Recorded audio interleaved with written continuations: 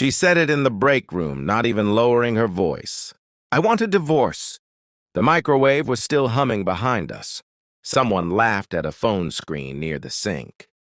Her coworker, Daniel, I knew his name, leaned against the counter with a coffee he hadn't paid for yet. He didn't look at me directly. He didn't have to. The smirk was angled just enough to be seen. I felt the old reflex rise. The one trained by years of compromise. Explain, ask, soften the moment. But something in me stayed still. Maybe it was exhaustion. Maybe it was the way humiliation, once complete, has nothing left to threaten you with. Okay, I said. She blinked. The word didn't land the way she expected. Daniel finally looked at me, curious now.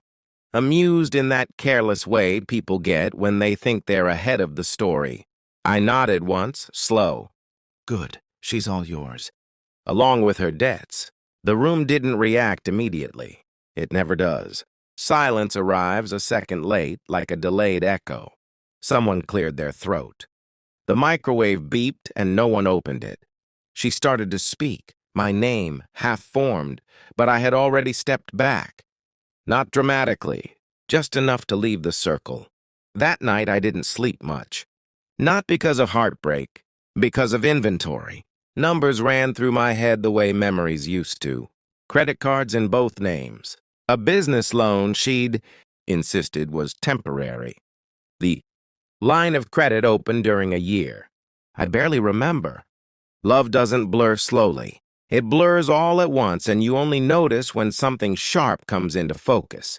Acceptance is not peace. It's a posture. I held it like a brace. At work the next week, people were careful around me. Too careful. Daniel stopped smirking. He was polite now, overcorrecting, asking questions he didn't need answers to. She avoided my floor entirely. The first official envelope arrived on a Thursday. Cream paper. Neutral font. My name spelled correctly.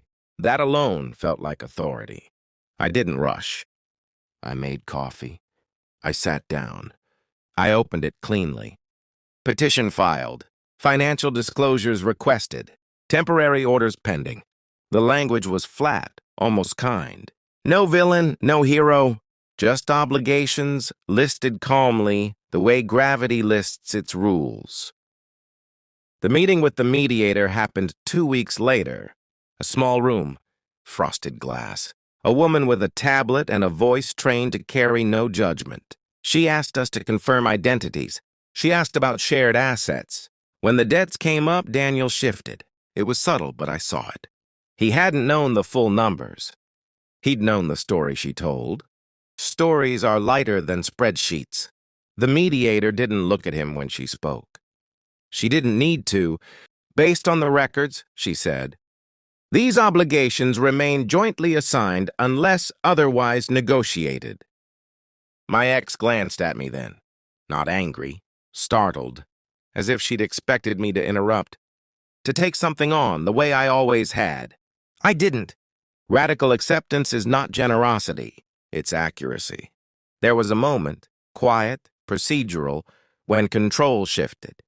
Not to me, exactly. To reality. The mediator slid the document forward.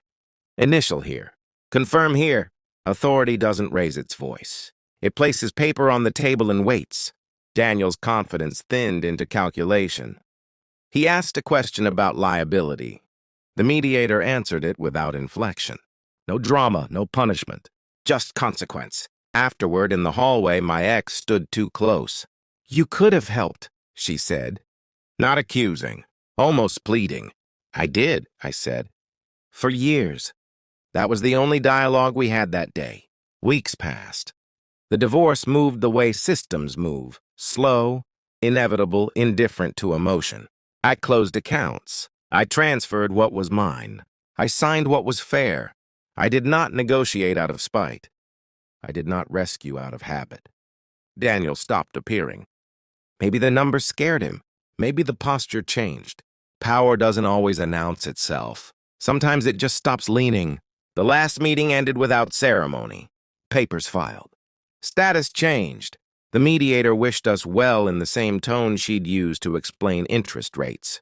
Outside, the air felt ordinary. That surprised me. I didn't feel victorious. I felt lighter but not clean. Acceptance leaves residue. You carry what you chose not to fight for and what you chose not to save.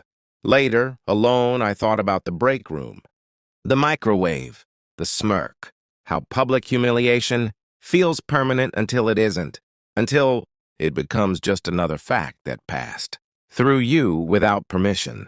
I didn't win anything. I didn't lose myself either. Sometimes dignity isn't reclaimed in a moment. It's maintained quietly by refusing to carry what isn't yours anymore.